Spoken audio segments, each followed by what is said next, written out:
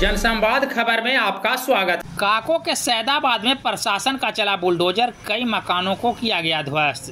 दरअसल काको प्रखंड के सैदाबाद गांव में अतिक्रमणकारियों के विरुद्ध प्रशासन का बुलडोजर चला, जिसमें 4 मकानों को ध्वस्त किया गया। इस सिलसिले में अंचलाधिकारी नीली यादव का बताना है कि ग्रामीणों के द्वारा अतिक्रमण से संबंधित शिकायत दी गई थी, जो जांच में सही पाया गया। बाद में वरीय पदाधिकारी के निर्देश के आलोक में अतिक्रमित मकान को ध्वस्त किया गया। इस मौके पर अंचलाधिकारी समेत भारी संख्या में पुलिस बल के जवान भी मौजूद थे।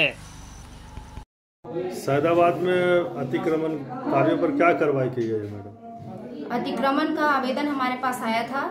कर्मचारी के जांच रिपोर्ट और अमीन के जमीन सत्यापन रिपोर्ट के आधार पर अतिक्रमण पाया गया, जिसका कल अतिक्रमण मुक्त करा दिया गया है। किन किन लोगों पर कार्रवाई किया गया? इसमें 2 पार्टी थी। एक पार्टी का अतिक्रमण पहले ही हटा दिया गया था, कल एक पार्टी का अतिक्रमण हटाया गया है। इसमें 3 बेटे थे, तीनों के नाम पे था अतिक्रमण, तीनों को हटा दिया गया है।